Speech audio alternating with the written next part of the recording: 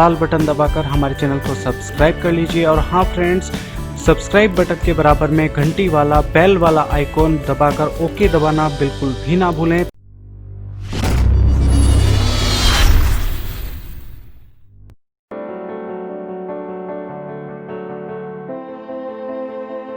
Friends, भगवान श्री राम की कथा का सबसे प्रामाणिक ग्रंथ वाल्मीकि रामायण है। वाल्मीकि रामायण के उत्तरकांड में वर्णित है, जब रावण के भाई कुंभकर्ण ने गोवर्ण में कठिन तप किया, तब ब्रह्मा जी प्रसन्न हुए थे। देवता जानते थे यदि कुंभकर्ण को मनचाहा वर मिल गया तो वह संपूर्ण मानव जाति के साथ देवताओं के लिए भी संकट का प्रश्न बन सकता है। ऐसे में देवताओं ने माता सरस्वती का स्मरण किया। उन्होंने देवताओं की बात सुनी। इस तरह वह कुंभकर्ण की जीभ पर विराजमान हो गई।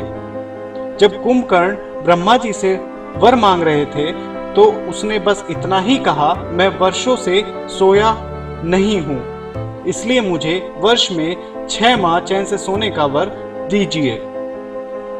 कुंभकर्ण को यह वर देना नियति द्वारा निर्धारित था।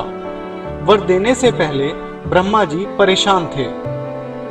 कुंभकर्ण यदि रोज भोजन करेगा तो जल्दी ही संसार का भोजन खत्म हो जाएगा। ऐसे में सृष्टि का अंत भी हो सकता था। इसलिए वह भी चाहते थे कि कुछ ऐसा ही हो, और फिर नियति द्वारा ऐसा ही हुआ। यानी कुंभकर्ण ने 6 माह सोने का वरदान मांग लिया। ब्रह्मा जी ने उसे यह वरदान दे दिया। कुंभकर्ण अति बलशाली दैत्य था।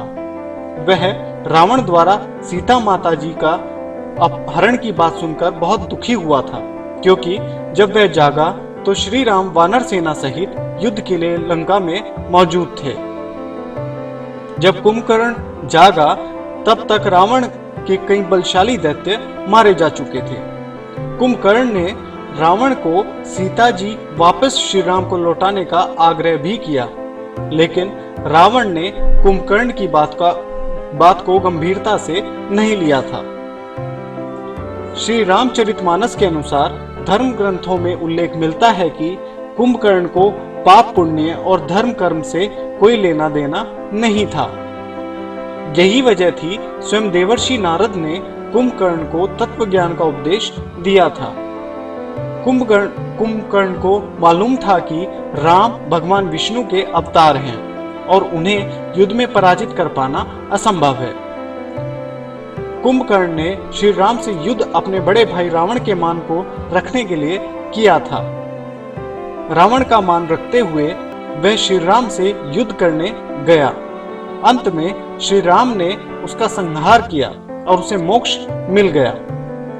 जब कुंभकर्ण की मृत्यु हो गई तो रावण स्वयं श्री राम से युद्ध करने पहुंचा। वह पुष्पक विमान से श्री राम से युद्ध करने पहुंचा। यह वही विमान था जो उसने भाई कुबेर से छीन लिया था और माता सीता को इसी विमान में अपहरण करके लाया था। फ्रेंड्स, हमारे चैनल अक्षज एंटरटेनमेंट को लाइक, शेयर और सब्सक्राइब करें और नीचे कमेंट बॉक्स में अपने कीमती सुझाव हम तक पहुंचाएं। धन्यवाद।